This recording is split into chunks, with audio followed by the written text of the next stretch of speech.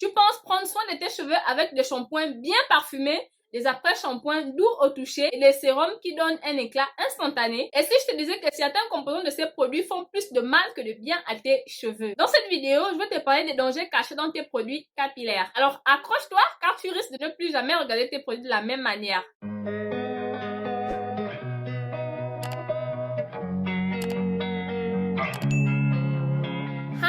Moi c'est Ivana, bienvenue sur ma chaîne. Avant de commencer la vidéo, likez s'il vous plaît, c'est très important pour l'algorithme afin que d'autres personnes ayant besoin de conseils sur les cheveux afro puissent tomber dessus.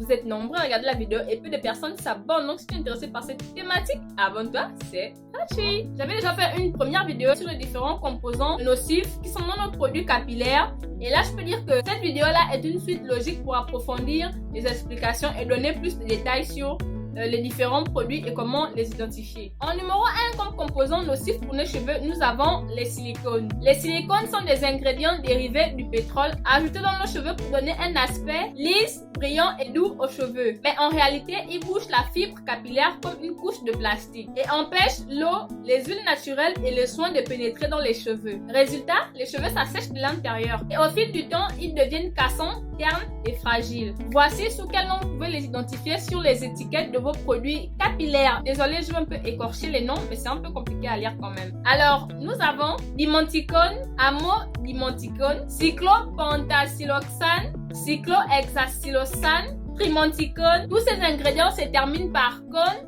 conone, siloxane ou silane. Un conseil, même si un produit est vendu comme lissant ou adoucissant, il peut cacher des silicones. Lisez toujours les petites lignes. En numéro 2, nous avons les sulfates. Les sulfates sont des agents lavants très puissants. Ce sont eux qui produisent la mousse généreuse dans les shampoings. Et cette mousse est trompeuse car les sulfates enlèvent en une seule application non seulement les saletés, mais aussi les huiles naturelles dont votre cuir chevelu a besoin. Imaginez, vous nourrissez vos cheveux en faisant des soins pendant une semaine et un seul shampoing sulfateux efface tout sur son passage. C'est ce qui arrive à des milliers de personnes sans qu'ils ne le sachent. Il provoque des irritations, des pellicules, des démangeaisons et ils assèchent vos cheveux en profondeur. Voici les noms les plus courants à éviter. Sodium lauryl sulfate abrégé SLS. Sodium laurane sulfate abrégé SLES. Ammonium lauryl sulfate, lauryl sulfate, sodium myrane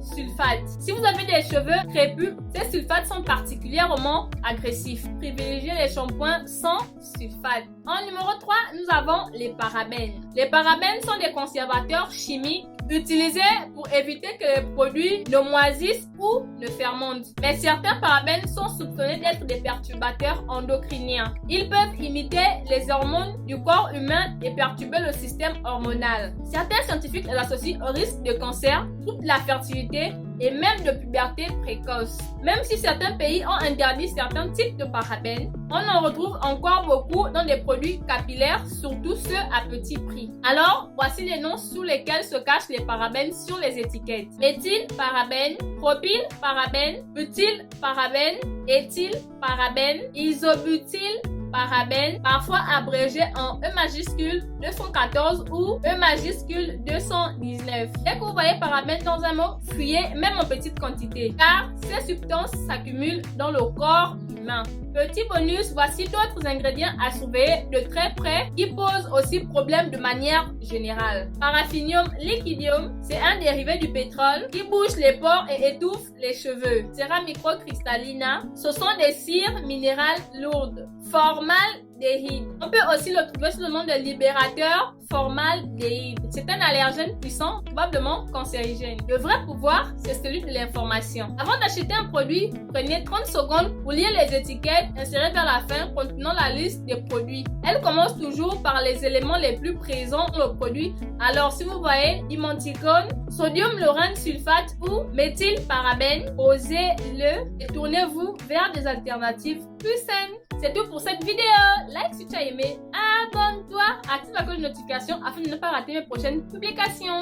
Partage la vidéo avec quelqu'un qui a besoin de conseils sur l'entretien de ses magnifiques cheveux. Mettez des commentaires s'il vous plaît, même si vous n'avez rien à dire, mettez juste des cœurs et on se dit à la prochaine vidéo. Bye.